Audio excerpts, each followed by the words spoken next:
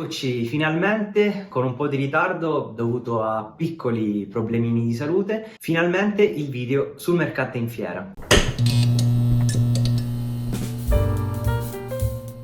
Siamo stati a Parma con lo zio Paul, Stefano di Tic Tac Watch Channel e gli altri ragazzi del gruppo appunto di Talk e abbiamo fatto un giro per le vetrine della fiera. Devo dire che mi ha sorpreso molto ed era la mia prima esperienza in una fiera di orologeria. A detta dei più veterani è stata una delle migliori fiere degli ultimi anni, poiché appunto gli scorsi anni c'era una prevalenza di moderni, invece quest'anno erano molti i vintage presenti nelle vetrine. Una fiera che, va detto, è forse la più grande quando si parla di orologeria vintage sul territorio europeo e quindi comunque veramente tanta carne al fuoco per noi appassionati. È un evento che originariamente nasce come una fiera di antiquariato che però ha sempre dato la possibilità a noi appassionati di poter ammirare, comprare o magari scambiare alcuni pezzi davvero molto interessanti e anche introvabili. Quest'anno, come detto prima, erano prevalentemente presenti vintage con una piccola porzione di moderni e molti neo vintage, quindi fine anni 90, inizio anni 2000. A livello di Maison invece erano presenti moltissimi Rolex, direi a fiumi, anche molti Patek, molti Audemars, in buon numero alcuni Omega e Tudor, e appunto in piccole percentuali anche Vacheron, Eberhard, Richard Mille, alcuni Tag Heuer molto interessanti, altri Zenith altrettanto notevoli e anche alcuni Cartier e tantissime altre Maison. Abbiamo visto dai pezzi più particolari, ore del mondo, calendari perpetui, fasi lunari, ai più semplici solo tempo, ed alcuni vintage davvero molto interessanti, magari alcuni assegnati, qualche limited edition, Nautilus per Tiffany, Nautilus Oman, e davvero chi più ne ha più ne metta. Come ho detto prima, tantissima carne al fuoco per noi appassionati, ci siamo davvero rifatti gli occhi. Adesso sono in fase di montaggio appunto del video e vi mostrerò alcuni dei video che sono riuscito a girare grazie a dei gentilissimi commercianti che ci tengo ancora a ringraziare, e mentre guarderemo appunto questi segnatempo meravigliosi esposti in vetrina ci soffermeremo su alcuni per analizzare l'andamento di mercato di alcuni di questi pezzi presenti sul sito del nostro sponsor ufficiale, ossia WeWatches. Avrete imparato a conoscerlo, è un sito dove sono presenti le metrics di alcuni degli orologi più iconici presenti sul mercato e analizza, oltre al grafico, quindi all'andamento del mercato, vengono analizzati anche i vari mark e viene analizzata anche un po' la storia del pezzo in questione. I prezzi in fiera erano un po' gonfiati, anche se devo dire molto trattabili, e comunque i commercianti non si tiravano indietro, offrivano permute e comunque chiedevano a quanto i visitatori vendessero i loro pezzi, magari quelli ovviamente un po' più particolari. La bolla per adesso non sembra essere scoppiata, a differenza di quello che si dice in giro. In fiera appunto non si poteva parlare di bolla. Sì, appunto i commercianti storcevano un po' il naso quando gli si chiedeva qual era la situazione del mercato, però comunque sembra che stia andando bene. Però secondo me questi eventi servono più come eventi di divulgazione, non solo come un centro di scambio tra commercianti, visitatori e anche tra commercianti stessi. È anche una buona occasione per conoscersi tra appassionati, condividere la passione e parlare appunto e imparare sempre di più su tanti di questi pezzi. In video vedremo Stefano come forniva consulenze gratuite a noi amici per dare appunto la sua sui pezzi esposti in vetrina e magari appunto parlare di coevità o anche di rarità del pezzo stesso. Quindi adesso andiamo al montaggio e ci vediamo a fine video. Iniziamo subito a bomba. Qui tanti orologi in oro, vediamo 3 Rolex Daytona 6265/8 dove appunto l'8 sta per oro, un Day Date 1803 e Day 6511, per poi arrivare a un 6263/8, quindi sempre in oro con bracciale President, quindi un custom, poiché questi modelli non uscivano con questa tipologia di bracciale, ma limando i finali da 20 portandoli a 19 si riusciva a montarli su questa referenza. Come ci insegna Paul Newman, che aveva montato su un modello in acciaio probabilmente un President in oro bianco o in acciaio, e questo modello appunto lo vediamo accanto a un raro 6234 sempre in oro. Qui qualche bel pezzo di antiquariato, delle belle cassaforti è questo simpatico coltellino svizzero.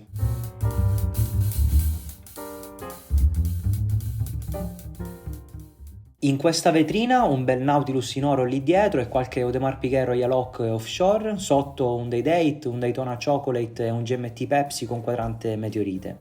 Un bellissimo sub full gold con quadrante ghiera blu e lo zio che ammira la vetrina e gasa come sempre. Qui di nuovo tanto oro, dei bellissimi GMT full gold, di nuovo un sub full gold e un bellissimo texano con accanto un sub Sultan Dial. Usciamo dal coro, un bel Girard-Perregaux laureato, un King Midas e uno Zenith il primo in oro e tra i tanti un bellissimo Autavia e lì nascosto un Gerald Genta calendario perpetuo. Qui una manciata di moderni, Daytona in materiali preziosi, 2 Yachtmaster, un bellissimo Patek Calatrava, Patek Nautilus da donna, un Aquanaut in oro rosa e un calendario annuale 5960. Adesso 2 vintage spettacolari, un IWC Oman e un Rolex Daytona 6034 in oro rosa, 2 Patek complicati per poi passare a una sfilza di Nautilus e Aquanaut. Tra i tanti un 5980, 5990, 5711 e 5712. Questi quelli che sono piaciuti più a me. Quello che brilla così tanto è un 5719 e poi infine un Aquanaut Khaki. Però soffermiamoci su qualche referenza per fare un'analisi di mercato. Andando sul sito di WeWatches troviamo la sezione Matrix e andiamo su Patek e sul modello Nautilus e troveremo varie referenze. Tra quelle che abbiamo visto in video troviamo tra le tante la 3700. Che fino al 2012 si comprava con, pensate, 20.000 euro, oggi si compra con 228.000 euro, ovviamente tenendo conto delle condizioni e del corredo del pezzo in questione. Questa referenza era arrivata a marzo 2022 a costare 334.000 euro, quindi un calo importante. Infatti questa referenza per il mercato ha perso ben 100.000 euro di valore, nonostante sia il primo Patek Nautilus in acciaio entrato in produzione. Andiamo invece a vedere come si comportava il Nautilus più recente, anche se ormai è uscito anche questo di produzione nel 2021, il 5711, orologio che si comprava a marzo 2022, quindi nel periodo di picco del mercato dell'orologeria, a 195.000 euro, quando era da poco uscito fuori di produzione. Ma adesso il suo valore è diminuito, arrivando a costare 138.000 euro, quindi 100.000 euro in meno rispetto al fratello grande, che a parere mio sono sempre tantissimi, perché comunque rimane un solo tempo in acciaio, nonostante sia uno dei miei orologi preferiti.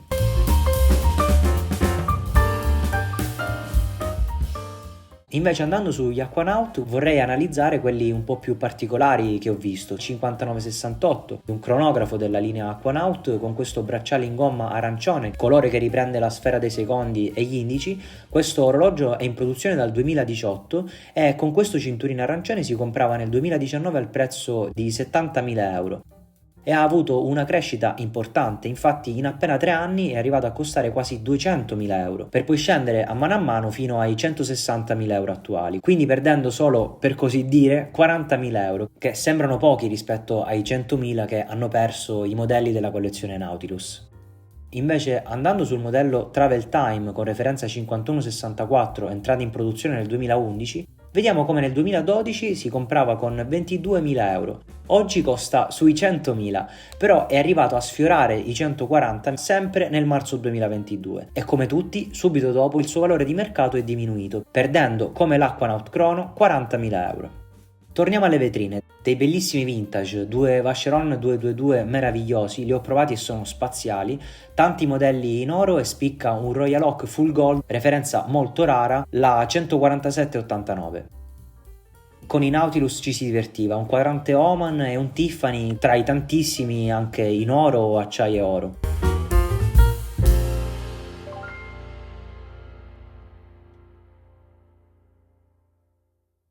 Qui altri vintage, uno Audemars Piguet calendario perpetuo, dei bellissimi Milsub per poi finire sul texano in acciaio e un Oyster con stampa dello stemma militare degli Emirati Arabi.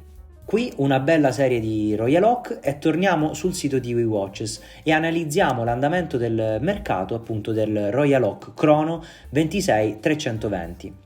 La versione Chrono del Royal Oak, che è stata in produzione dal 2012 al 2019 con quadrante blu, nel 2014 costava appena 16.000 euro, arrivando a sfiorare i 100.000 euro, per poi subire l'assestamento di mercato e arrivare alle quotazioni attuali di 75.000 euro, che sono sempre 60 in più rispetto al 2014. Torniamo al video, qui un po' di classe mista sportività, IWC e Hublot e di nuovo qualche Audemars Piguet.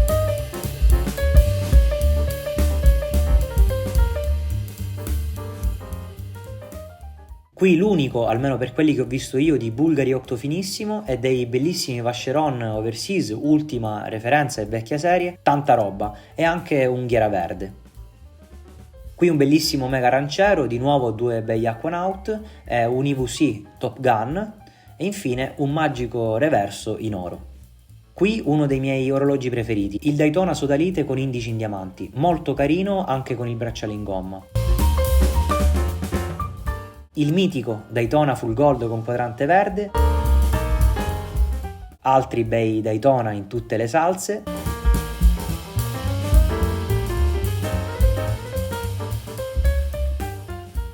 e infine il Daytona Oysterflex quadrante Newman.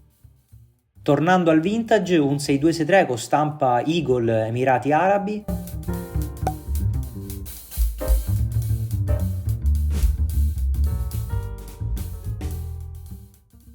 e infine un 6263 con a fianco un 6239 e un 6240, entrambi con quadrante Newman.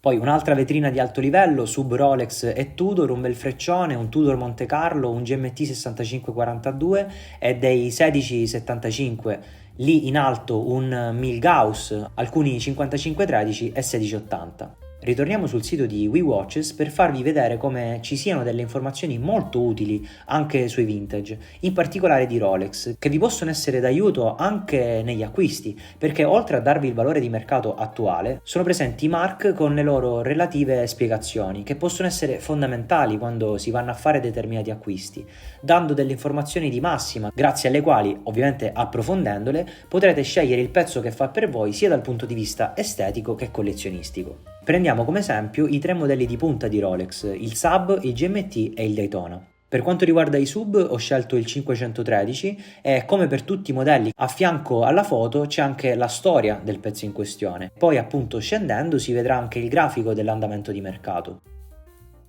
Questo orologio si trovava sul mercato parallelo nel 2012 intorno ai 5.500 euro. Oggi invece, avendo una crescita sul mercato omogenea, come tutti i vintage che vedremo dopo, è arrivato a costare intorno ai 15.000 euro. Ovviamente in questi casi la condizione del pezzo specifico e il corredo influisce sul pezzo, ma anche i mark. Infatti WeWatches fornisce tutti i diversi mark delle referenze più famose in modo tale da riuscire a dare un quadro generale appunto al pezzo in questione.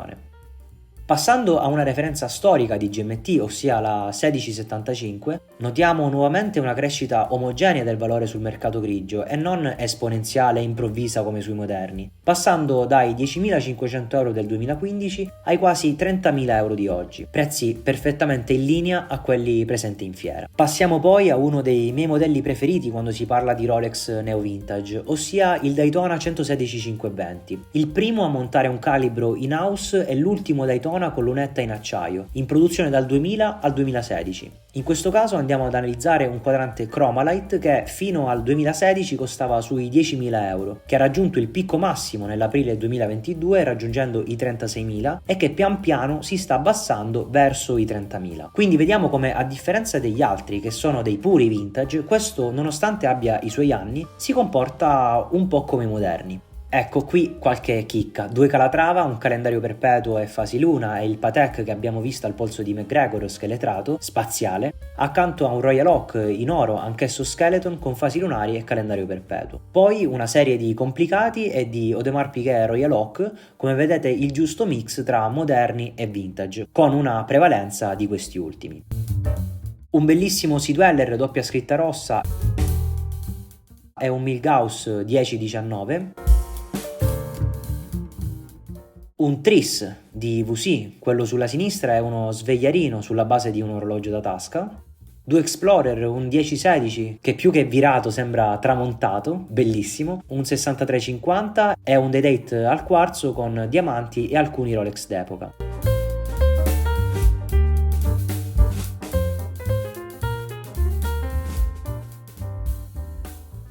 Qui due Richard Mille, siamo passati dal puro vintage all'ultramoderno.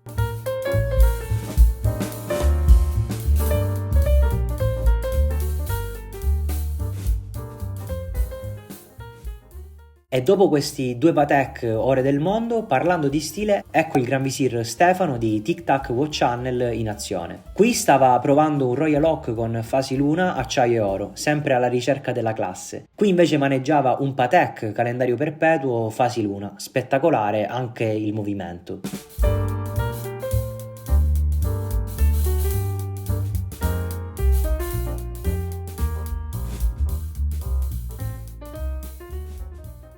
E invece qui regalava consulenze agli amici, stava analizzando nello specifico un 5513. Anche questo è il bello della fiera, imparare, vedere dei pezzi che magari hanno virato in un certo modo, capire anche se effettivamente il pezzo è tutto coevo, e in questo appunto bisogna fare molta attenzione e farsi aiutare magari da chi ha più conoscenza di noi, come in questo caso appunto Stefano. Chi meglio di lui? Stiamo arrivando alla conclusione del video, qui qualche meraviglioso Zenith il primero e uno Speedmaster che devo dire la verità ne ho visti pochi di belli e forse neanche uno di quelli in produzione. Qui qualche quadrante particolare. Ecco le ultime vetrine, sicuramente ne avrò saltata qualcuna e probabilmente ho sbagliato anche qualche modello, quindi in questo caso vi chiedo scusa, ma erano veramente tantissimi. Mi hanno incuriosito molto questi Jaeger-LeCoultre Memovox, un Bulova a Cutron, dei gemelli di Omega meccanici molto simpatici e chiudiamo con questa vetrina di Rolex e Patek, veramente da urlo.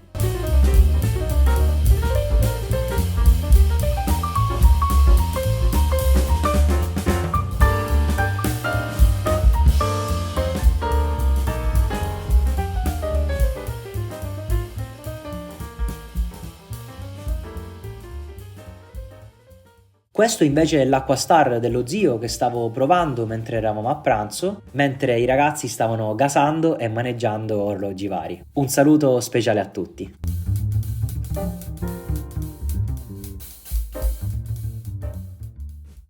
Ragazzi, io adesso sono alla stazione di Parma, lo zio Paul mi ha lasciato e quindi sto per rientrare. È stata un'esperienza veramente molto divertente, vi consiglio di andare magari con qualche amico e passare una mezza giornata o anche una giornata intera, perché le cose da vedere, come avete visto, sono tantissime. Magari ci vediamo a Tortona il 15 o il 16 di ottobre e ci vediamo in un prossimo video qui su TOC. Ciao!